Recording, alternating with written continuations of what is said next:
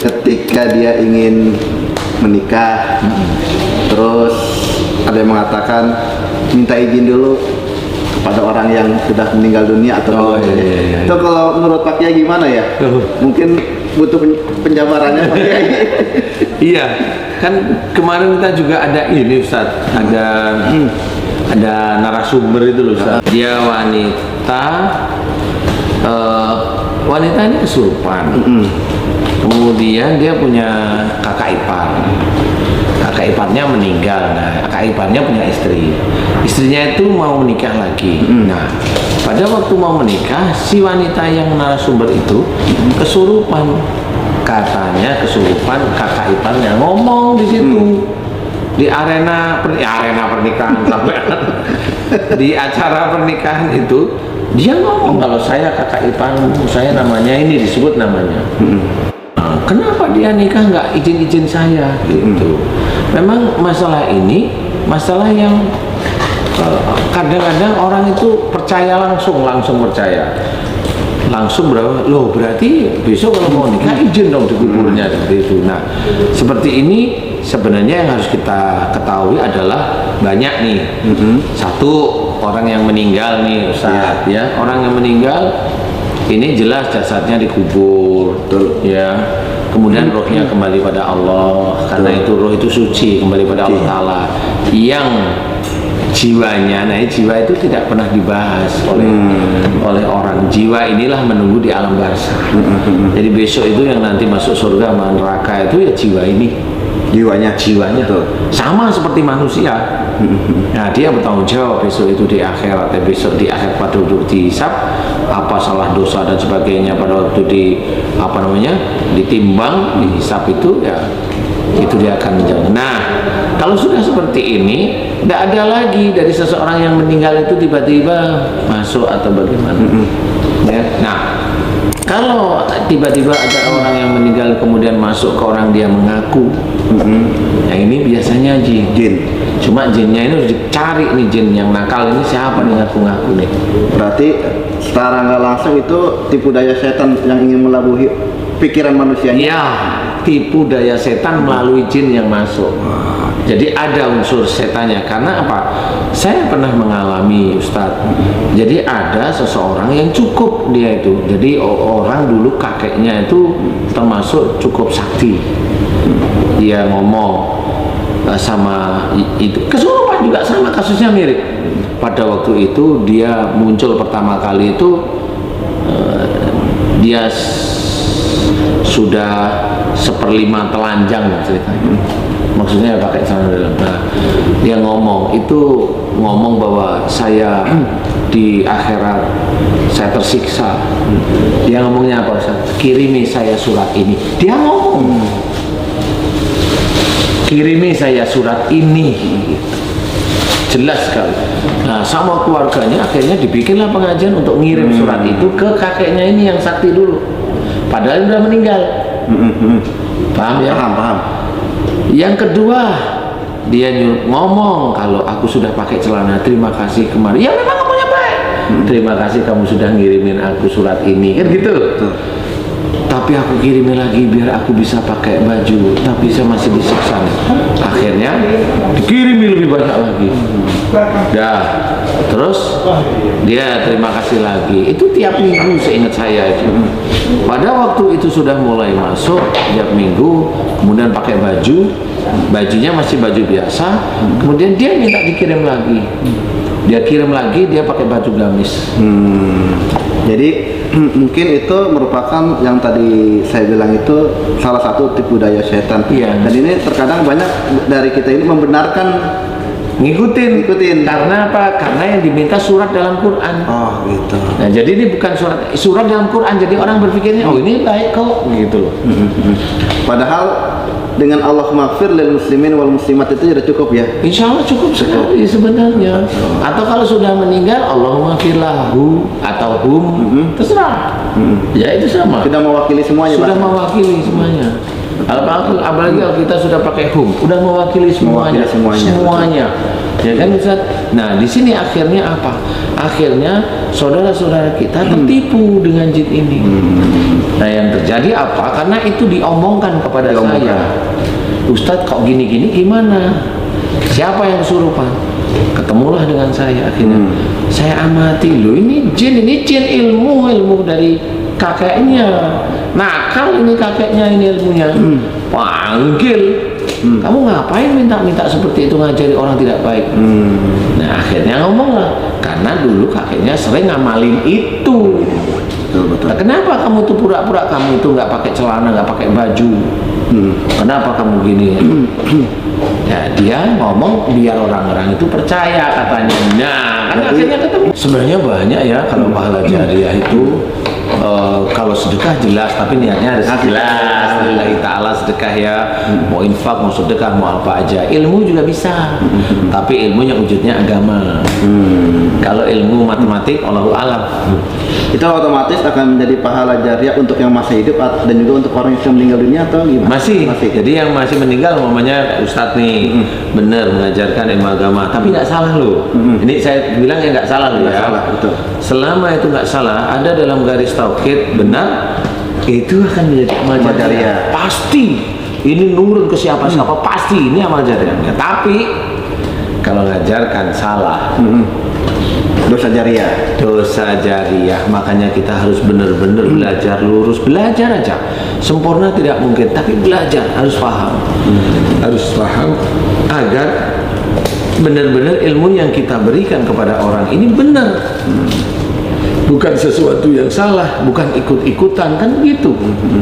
Seperti dalam Quran, mengikuti kakek-kakek, bapak-bapak dan kakek-kakek kita dulu kan nggak boleh itu juga. Kalau salah maksudnya. Karena banyak perkara jahiliyah. Ya, kan paham ya. Karena ada banyak perkara jahiliyah pada waktu itu, makanya disempurnakan dengan Rasul Muhammad itu seperti itu. Kalau masalah ada jin yang masuk, saya bisa menggarisbawahi bahwa kenapa kita itu kalau melakukan suatu perbuatan baik kita disuruh oleh Rasul baca basmalah itu saja. Itu sebenarnya ada korelasinya, ada yang terhubung sebenarnya. Kalau saya amati biasanya makanan-makanan yang halal pun itu masih ada jinnya. Jadi kalau orang itu makan makanan yang halal, itu kalau dia doanya nggak bagus, imannya kurang kuat, jin itu tetap masuk di mulut yang ada di tubuhnya. Jadi semua orang, nggak peduli itu orang biasa maupun orang kayak kita dakwahin saat itu kelihatan, jin itu kelihatan aja. Cuma kalau saya kan hanya ngetes biasanya. Kalau saya ketemu sama pendakwah, ya saya lihat aja sampai di mana beliau itu berdoa dan sampai di mana kekuatannya untuk bisa sampai jin itu keluar. Dengan ucapan basmalah atau bismillah, mungkin setan berpikir tidak ada pintu keburukan untuk setan itu tersebut atau gimana Pak Kiai? Sebenarnya memang betul, karena itu ajaran dari Rasul dan jelas itu pasti dari Allah Ta'ala. Suatu perbuatan baik yang diawali dengan basmalah itu insya Allah akan menjadi amal soleh. Jadi tidak sia-sia ceritanya Ustaz. Jadi tidak sia-sia apapun. Tidak sia-sia. Contoh namanya ya, contoh seorang guru kalau dia mengajarkan fisika, fisikanya nggak akan ditanyain. Fisika itu loh, itu kan bermanfaat bagi orang. Ya kan bagi orang, bagi Allah kan mana manfaatnya. Karena yang menciptakan fisika itu sendiri Allah, untuk apa? Nah, bagi guru yang ngajarin fisika, ngajarin biologi, ngajarin matematika, gimana dia itu ngajarnya bisa manfaat dan bisa menjadi amal soleh, itu bukan di pelajarannya, tapi pada waktu mau ngajar dia baca basmalah. Selesai ngajar dia hamdalah. Kalau itu perbuatan baik, makanya itu bukan di dalam hadis itu bukan perbuatan yang berhubungan langsung dengan ibadah, tapi berhubungan dengan jika mau melakukan suatu perbuatan baik, awalilah dengan Bismillahirrahmanirrahim, seperti itu. Jadi gitu ya, para guys, para gus dan para gos. Jangan lupa membaca basmalah. Iya. Jadi perbuatan atau tingkah laku itu tidak hanya sebatas memberikan manfaat, tapi juga harus ada hikmah dan berkah. Dan lillahi ta'ala. Ustaz lagi cerita bahwa sebenarnya kalau boleh jujur diceritakan kenapa Bismillah harus kuat.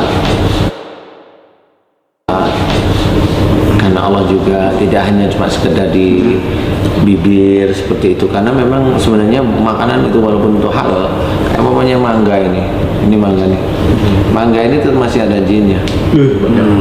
Ini mangga ini masih ada jinnya, walaupun ini halal. Nah, iya, seseorang itu dia ambil, dia bismillah, nah itu kekuatan iman sama amal solehnya yang menjadikan jin itu keluar, sehingga itu menjadi makanan yang berkah sama seperti itu. Nah inilah sulitnya, yang bisa menjadikan jin ini keluar itu kekuatan adalah pada tauhid kita, iman kita pada Allah Ta'ala kuat, kemudian amal soleh kita itu besar, banyak dan sebagainya. Nah itu salah itu yang paling ringan aja guys ya, baca basmalah itu kelihatannya ringan ya, selesai melakukan sesuatu hamdalah itu ringan, tetapi guys saya yakin itu 1 tahun belajar bismillah selesai hamdalah belum ingat-ingat, lupa mulu. Dan lupa. Dan ada hadisnya Pak Kiai, bahwa segala sesuatu yang tidak dimulai dengan bismillah maka akan terputus amal perkaranya. Iya, makanya amal perbuatan, amal solehnya juga putus, ibadah, amal solehnya, pahalanya itu terputus sebenarnya Ustaz. Makanya tidak bisa dikatakan kalau dia tidak Ustaz, tidak dengan basmalah, ya sudah tidak akan menjadi ibadah. Walaupun dia itu namanya baca Quran, iya dia enggak, niatnya bukan karena Allah Ta'ala. Betul. Kan gitu. Tapi kalau memang dengan hati niat bismillahirrahmanirrahim, baru itu dia baca niatnya Allah. Tapi pada waktu seseorang membaca Quran tapi niatnya dia agar ini itu biar hartanya banyak nih, saya baca ini nanti 100 kali.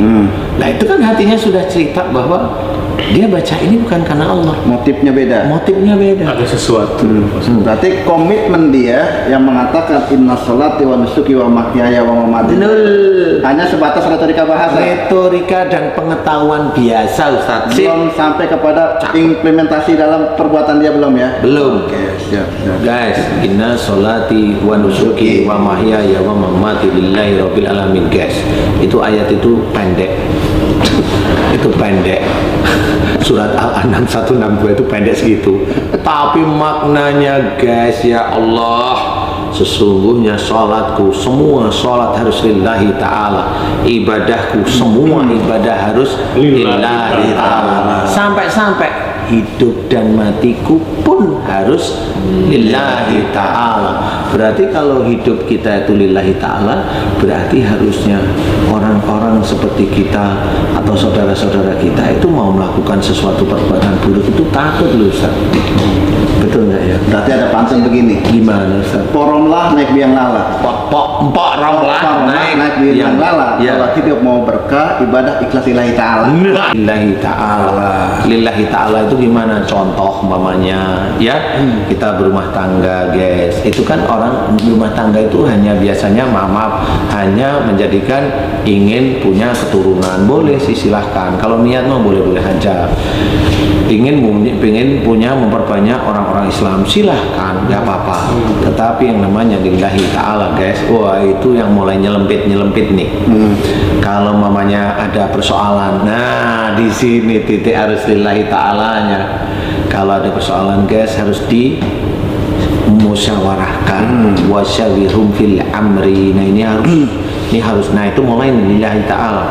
Kalau mamanya istrinya itu galak, suaminya tenang dulu, jangan digalakin. Nanti kalau istrinya itu galak, kemudian istrinya mulai tenang, baru suaminya ngomong, kenapa kamu ngomong seperti itu, harus marah-marah, kan saya nggak budek juga, harus ngomong. Dan di sini adalah pimpinannya saya, dan insya Allah masalah itu insya Allah atas izin Allah saya bisa. Dan dia taklukkan istrinya, tapi dengan syarat tidak boleh dimaki-maki. Nah ini suami yang hebat. Kadang-kadang ini Ustaz, suaminya itu memang lelah lah, ditanyain istrinya ngamuk gitu, ngamuk, dan kasihan. Bener ya Mbak Devi ya? Kalau suaminya galak? Lah kan saya baru ngomong tadi. Jadi baru ditanya istrinya, suaminya ngamuk-ngamuk maksudnya. Belum dapat kali Ustaz. Hah? Belum dapat. Lah itu nggak tahu. Belum Ini dapat. Mas Bobi. Belum dapat gaji. Belum dapat gaji. Jadi Pak Kiai, ketika ibadah ikhlas lillahi ta'ala, maka akan tercermin daripada kehidupan sehari-hari. tingkah lakunya ya. Oke. Itu insya Allah pasti, Ustaz. Insya Allah. Contoh mamanya difitnah nih, difitnah nih ya. Kalau orang biasa difitnah kan marah gitu ya. Loh, kalau kita belajar taat enggak seperti itu.